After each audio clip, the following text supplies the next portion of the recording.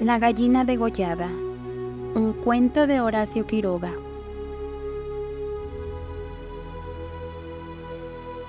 Todo el día, sentados en el patio en un banco, estaban los 4 hijos idiotas del matrimonio Mazzini-Ferrar. Tenían la lengua entre los labios, los ojos estúpidos y volvían la cabeza con la boca abierta. El patio era de tierra, cerrado al oeste por un cerco de ladrillos. El banco quedaba paralelo a él, a 5 metros, y ahí se mantenían inmóviles, fijos los ojos en los ladrillos. Como el sol se ocultaba tras el cerco, al declinar los idiotas tenían fiesta. La luz enceguecedora llamaba su atención al principio. Poco a poco sus ojos se animaban. Se reían al fin estrepitosamente, congestionados por la misma hilaridad ansiosa, mirando el sol con alegría bestial, como si fuera comida. Otras veces, alineados en el banco, zumbaban horas enteras, imitando al tranvía eléctrico. Los ruidos fuertes sacudían a sí mismos su inercia y corrían entonces, mordiéndose la lengua y mugiendo alrededor del patio. Pero casi siempre estaban apagados en un sombrío letargo de idiotismo, y pasaban todo el día sentados en su banco, con las piernas colgantes y quietas, empapando de glutinosa saliva el pantalón. El mayor tenía 12 años y el menor 8. En todo su aspecto sucio y desvalido, se notaba la falta absoluta de un poco de cuidado maternal. Esos 4 idiotas, sin embargo, habían sido un día el encanto de sus padres. A los 3 meses de casados, Mazzini y Berta orientaron su estrecho amor de marido y mujer y marido hacia un porvenir mucho más vital: un hijo. ¿Qué mayor dicha para 2 enamorados que esa honrada consagración de su cariño, libertado ya del vil egoísmo de un mutuo amor sin fin ninguno, y lo que es peor, para el amor mismo, sin esperanzas posibles de renovación? Así lo sintieron Mazzini y Berta, y cuando el hijo llegó, a los 14 meses de matrimonio, creyeron cumplida su felicidad. La criatura creció bella y radiante, hasta que tuvo 1 año y medio. Pero en el 20º mes, sacudiéronlo una noche convulsiones terribles, y a la mañana siguiente no conocía más a sus padres.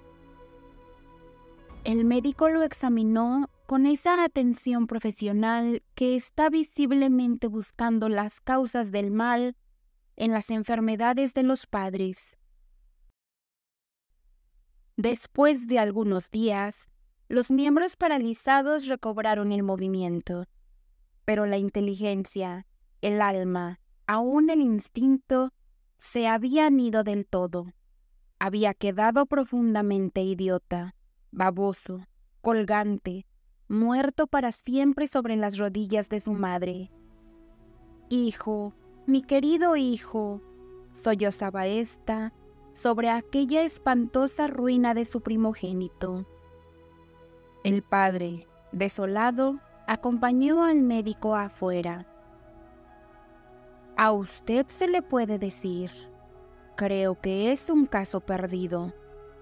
Podrá mejorar, educarse en todo lo que le permita su idiotismo, pero no más allá». «Sí, sí», asentía Mazzini. «Pero dígame, ¿usted cree que es herencia? Que...» En cuanto a la herencia paterna, ya le dije lo que creía cuando vi a su hijo. Respecto a la madre, hay un pulmón que no sopla bien. No veo nada más. Pero hay un soplo un poco rudo. Hágala examinar bien». Con el alma destrozada de remordimiento, Mazzini redobló el amor a su hijo, el pequeño idiota que pagaba los excesos del abuelo, tuvo asimismo que consolar, sostener sin tregua a Berta, herida en lo más profundo por aquel fracaso de su joven maternidad. Como es natural, el matrimonio puso todo su amor en la esperanza de otro hijo. Nació este, y su salud y limpidez de risa reencendieron el porvenir extinguido. Pero a los 18 meses las convulsiones del primogénito se repetían, y al día siguiente amanecía idiota. Esta vez los padres cayeron en honda desesperación. Luego su sangre, su amor estaban malditos, su amor sobre todo, 28 años él, 22 ella, y toda su apasionada ternura no alcanzaba a crear un átomo de vida normal. Ya no pedían más belleza e inteligencia como en el primogénito, pero un hijo como todos. Del nuevo desastre brotaron nuevas llamaradas del dolorido amor, un loco anhelo de redimir de una vez para siempre la santidad de su ternura. Sobrevinieron mellizos, y punto por punto repitióse el proceso de los dos mayores. Mas por encima de su inmensa amargura, quedaba a Mazzini y Berta gran compasión por sus 4 hijos. Hubo que arrancar del limbo de la más honda animalidad, no ya sus almas, sino el instinto mismo abolido. No sabían deglutir, cambiar de sitio, ni aun sentarse. Aprendieron al fin a caminar, pero chocaban contra todo, por no darse cuenta de los obstáculos. Cuando los lavaban, mugían hasta inyectarse de sangre el rostro. Animábanse solo al comer, o cuando veían colores brillantes u oían truenos. Se reían entonces, echando afuera lengua y ríos de baba, radiantes de frenesí bestial. Tenían, en cambio, cierta facultad imitativa, pero no se pudo obtener más. Con los mellizos pareció haber concluida la aterradora descendencia.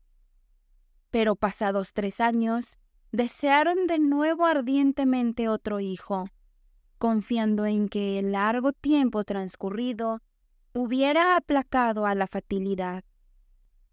No satisfacían sus esperanzas, y en ese ardiente anhelo que se exasperaba, en razón de su infructuosidad, se agriaron.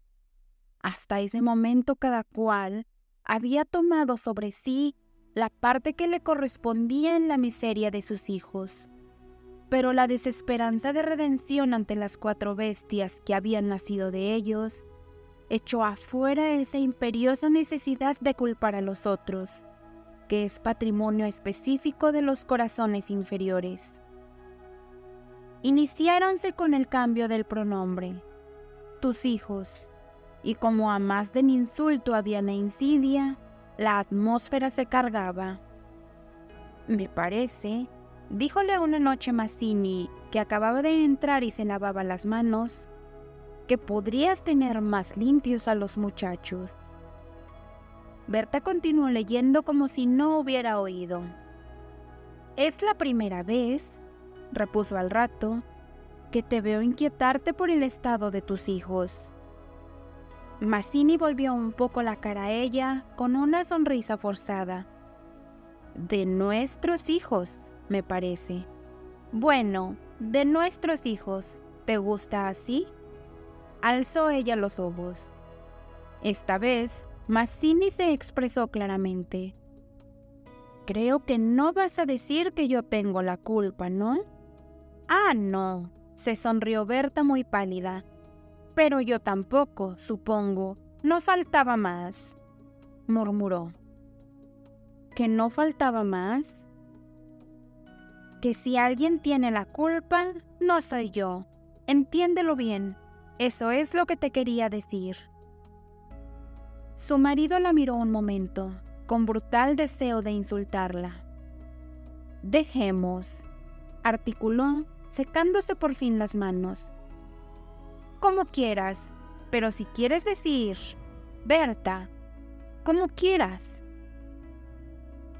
Este fue el primer choque y le sucedieron otros, pero en las inevitables reconciliaciones, sus almas se unían con doble arrebato y locura por otro hijo.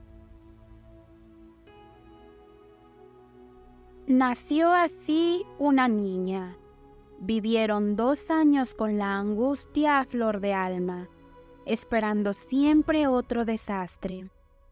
Nada acaeció, sin embargo, y los padres pusieron en ella toda su complacencia, que la pequeña llevaba a los más extremos límites del mimo y la mala crianza. Si aún en los últimos tiempos Berta cuidaba siempre de sus hijos, al nacer Bertita, olvidóse casi del todo de los otros. Su solo recuerdo la horrorizaba como algo atroz que la hubieran obligado a cometer.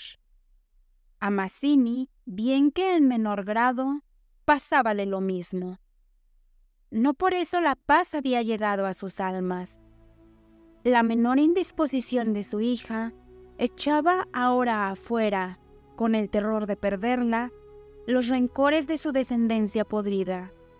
Habían acumulado ya el sobrado tiempo para que el vaso no quedara distendido, y al menor contacto el veneno se vertía afuera.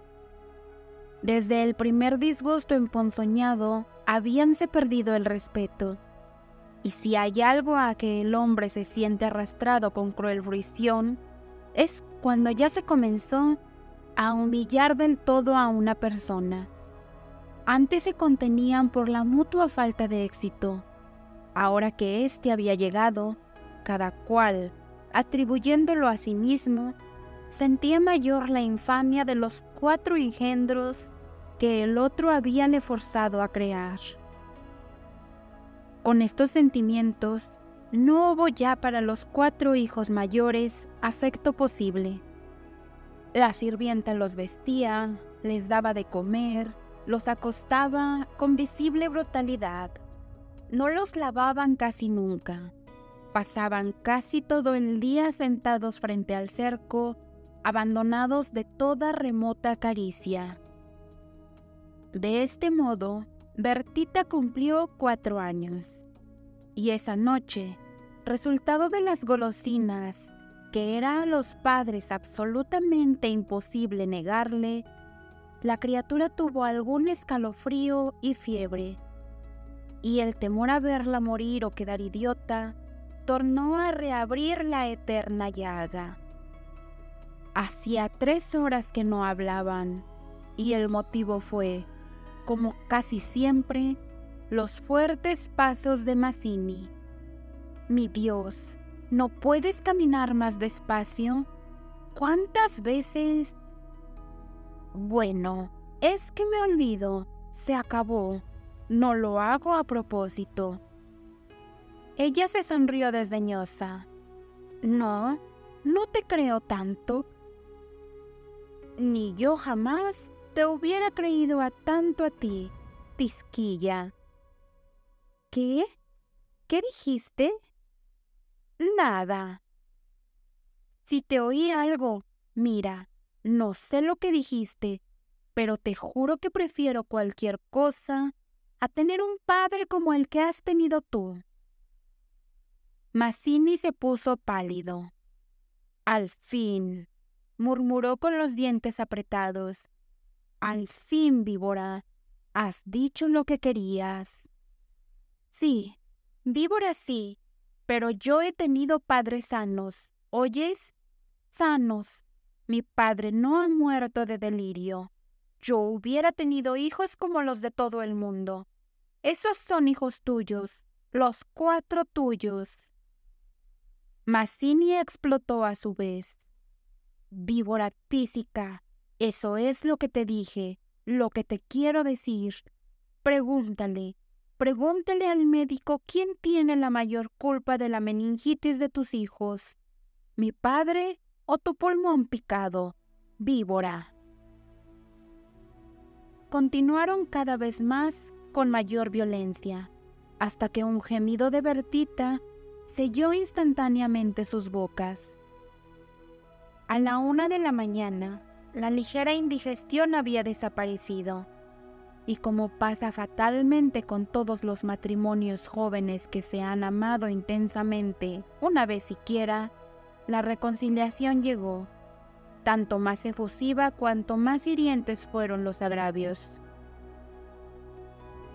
Amaneció un espléndido día, y mientras Berta se levantaba escupió sangre. Las emociones y mala noche pasada tenían sin duda gran culpa. Mazzini la retuvo abrazada largo rato, y ella lloró desesperadamente, pero sin que ninguno se atreviera a decir una palabra. A las 10 decidieron salir después de almorzar. Como apenas tenían tiempo, ordenaron a la sirvienta que matara una gallina. El día radiante había arrancado a los idiotas de su banco, de modo que mientras la sirvienta degollaba en la cocina al animal, desangrándolo con parsimonia, Berta había aprendido de su madre este buen modo de conservar frescura a la carne. Creyó sentir algo como respiración tras ella. Volvióse y vio a los 4 idiotas, con los hombros pegados uno a otro, mirando estupefactos la operación. Rojo, rojo. Señora, los niños están aquí en la cocina. Berta llegó. No quería que jamás pisaran allí, y ni aun en esas horas del pleno perdón, olvido y felicidad reconquistada, podía evitarse esa horrible visión, porque naturalmente, cuando más intensos eran los raptos de amor a su marido e hija, más irritado era su humor con los monstruos. «Que salgan, María, échelos, le digo». Las 4 pobres bestias, sacudidas, brutalmente empujadas, fueron a dar a su banco. Después de almorzar, salieron todos.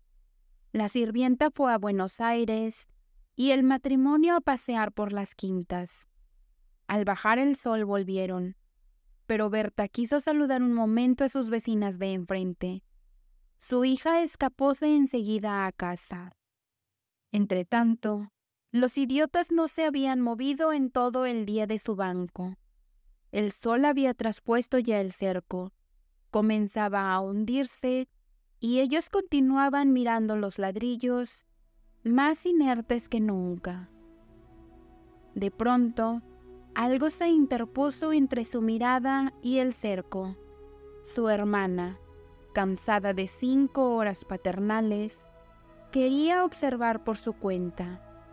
Detenida al pie del cerco, miraba pensativa la cresta. Quería trepar.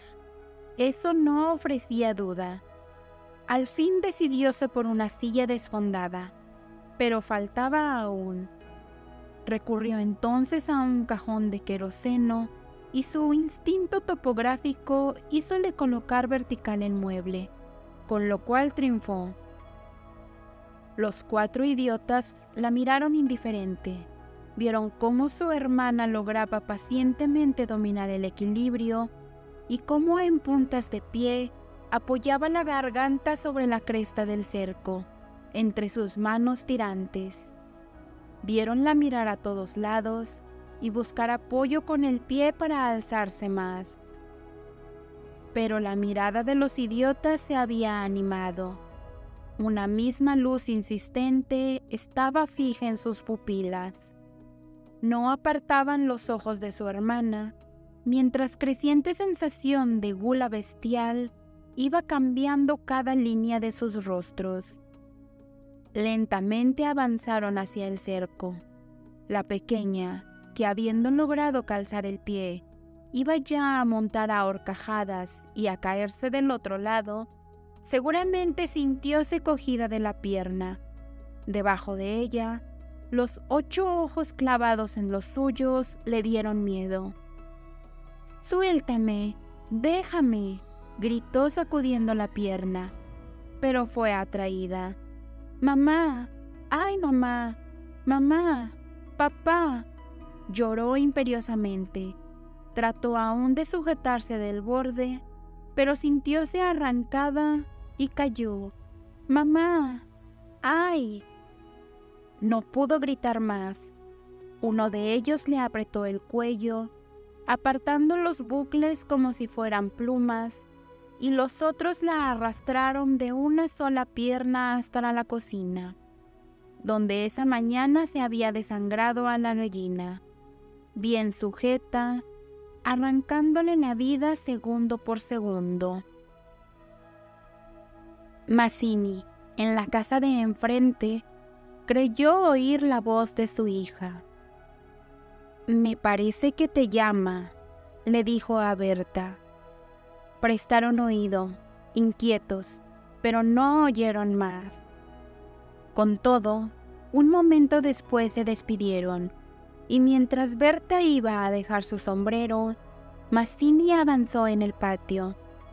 «¿Bertita?» Nadie respondió. «Bertita», alzó más la voz ya alterada, y el silencio fue tan fúnebre para su corazón siempre aterrado, que la espalda se le heló de horrible presentimiento.